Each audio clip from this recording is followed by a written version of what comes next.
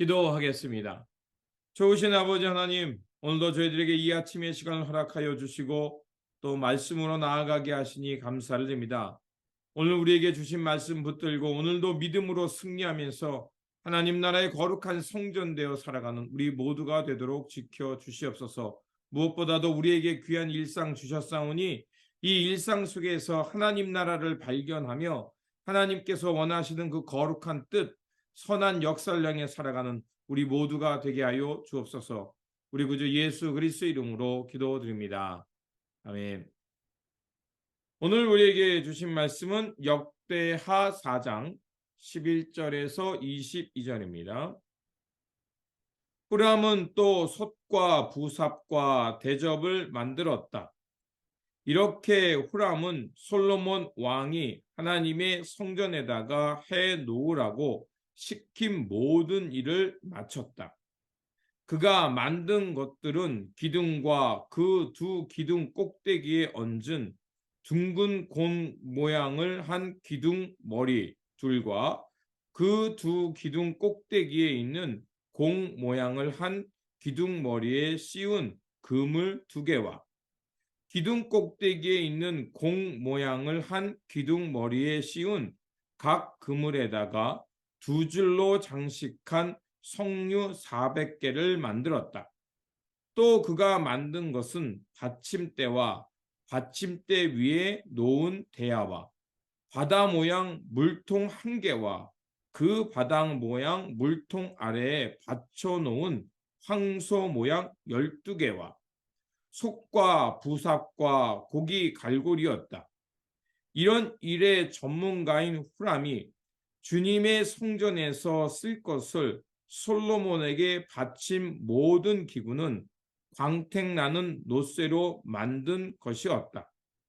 왕은 이 기구들을 숲꽃 스레데 사이에 있는 요단 계곡에 진흙에 부어 만들게 하였다.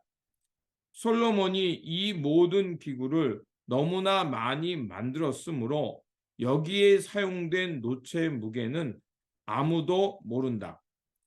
솔로몬이 또 하나님의 성전에다가 둘 기구를 만들었으니 곧 금제단과 빵을 늘 차려놓은 상들과 지성소 앞 규례대로 켜놓은 순금 등잔들과 등잔대들과 순금으로 만든 꽃장식과 등잔과 부집개와 순금으로 만든 심지 다듬는 집게와 대접과 숟가락과 불 옮기는 그릇과 성전 어귀 곧 성전의 맨 안쪽 지성소의 문짝들과 성전 본관의 문짝들이었다.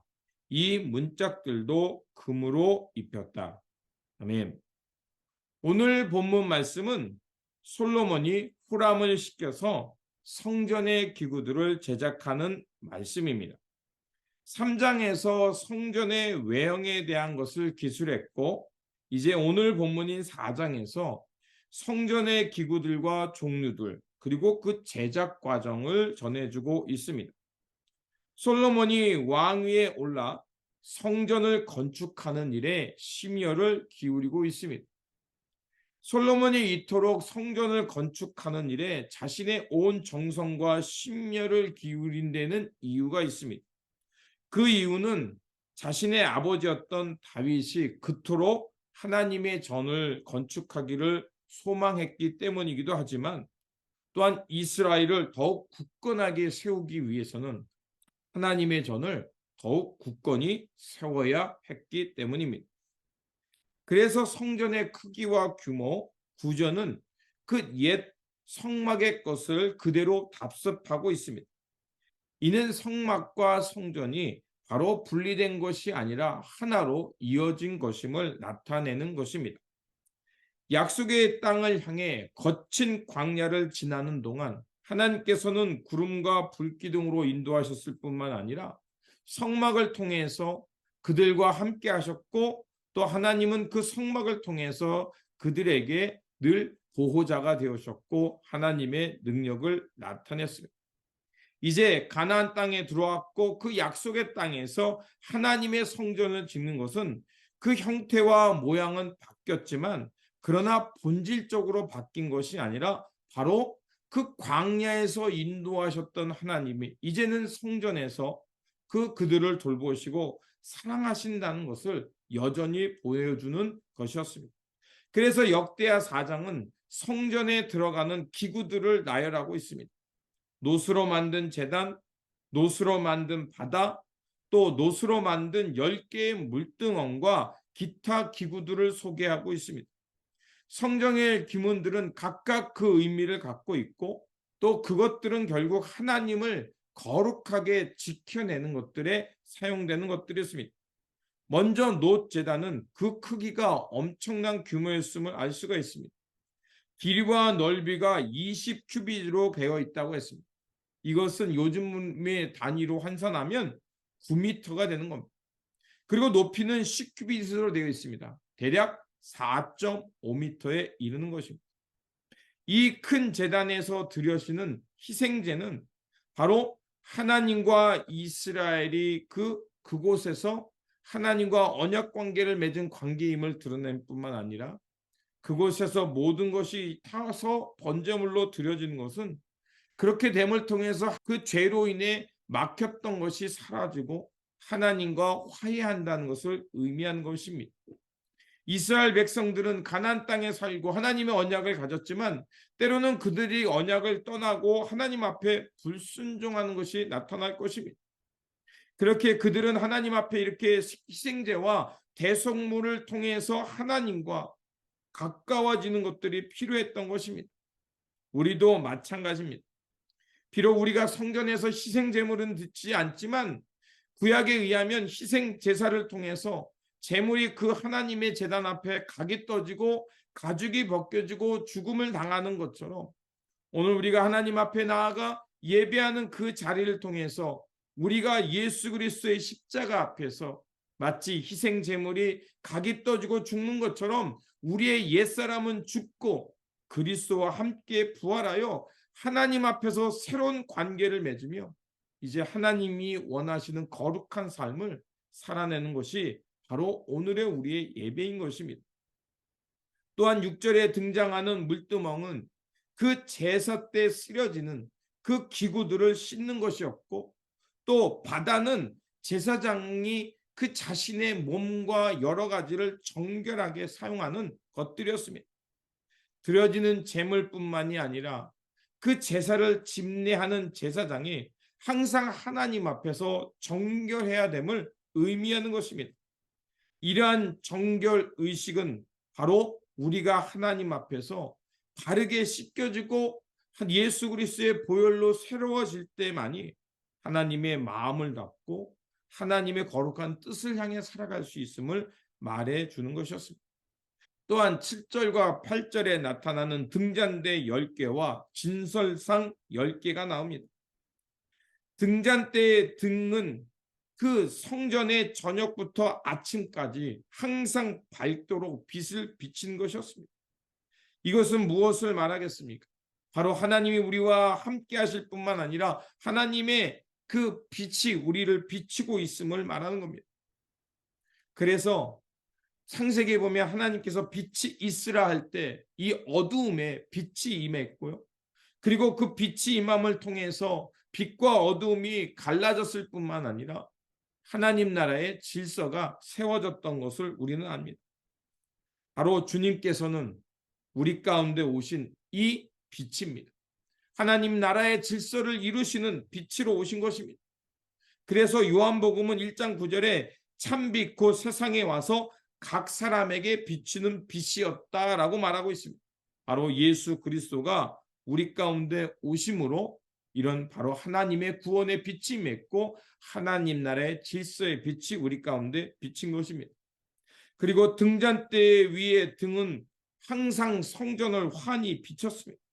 이것은 하나님의 그 임재가 가득한 것을 상징할 뿐만 아니라 그 빛이 우리 가운데 비침으로 우리도 이 세상의 어둠을 밝히는 빛처럼 살아갈 수 있음을 말하는 것입니다. 그래서 에베소 5장 8절은 이렇게 말하고 있죠. 너희가 전에는 어둠이더니 이제는 주 안에서 빛이라. 빛의 자녀들처럼 행하라고 사도 바울은 우리에게 권면하고 있습니다. 그렇습니다. 성전은 하나님의 거룩함이 있는 곳이며 또한 그 성전에 나아가는 사람들과 그 성전에서 사용되는 모든 기구는 항상 정결해야 됨을 우리에게 말해주고 있습니다. 특별히 등잔 때는 그 성소를 밝힐 뿐만 아니라 하나님의 영광이 그 성전에 가득함을 나타내는 것이었습니다. 오늘날로 말한다면 바로 하나님의 사람들이 그 하나님의 전에 모여서 예배할 때 하나님의 영광이 가득할 뿐만 아니라 하나님의 백성들이 살아가는 그 땅이 하나님의 영광이 가득한 땅, 하나님의 거룩함이 드러나는 땅이 된다는 것입니다.